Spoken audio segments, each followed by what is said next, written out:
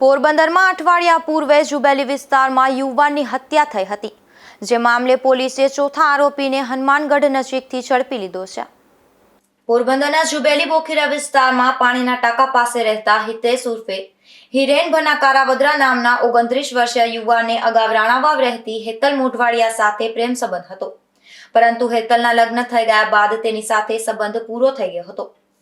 બાદમાં હેતલના ભાઈ સંજય રાજુભાઈ મોઢવાડિયા અને પતિ રમેશ ચનાભાઈ કેશવાલાએ ગત તારીખ 29/12ના રોજ તેને સમાધાન માટે બોલાવ્યા બાદ હેતલની હાજરીમાં જ રાહુલ ઉર્ફે લીખો ચનાભાઈ કેશવાલા અને અજાણ્યા શખ્સો સાથે મળી અને લોખંડના પાઇપ અને લાકડાના ધોકા વડે હુમલો કરી મોત નિપજાવ્યું હતું.